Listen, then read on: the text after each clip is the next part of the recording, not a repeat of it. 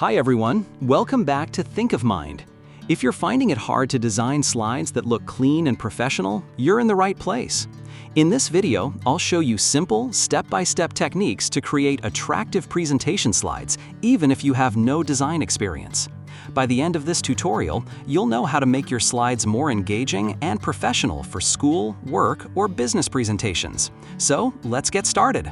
Just type slides.new into your browser's address bar and hit enter. Now that we're inside, let's look at the interface. On the top left, you'll find the file name. Make sure to rename it. Before adding content, we need to set the stage. Themes are your best friend here. On the right sidebar, Google Slides offers preloaded themes.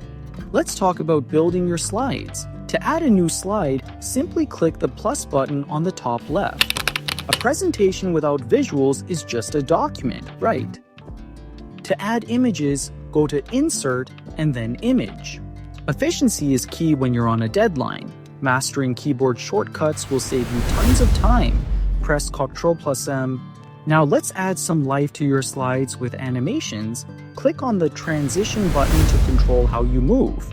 Hope you're finding these tips helpful. If you want to stay updated with more tech tutorials, hit that subscribe button.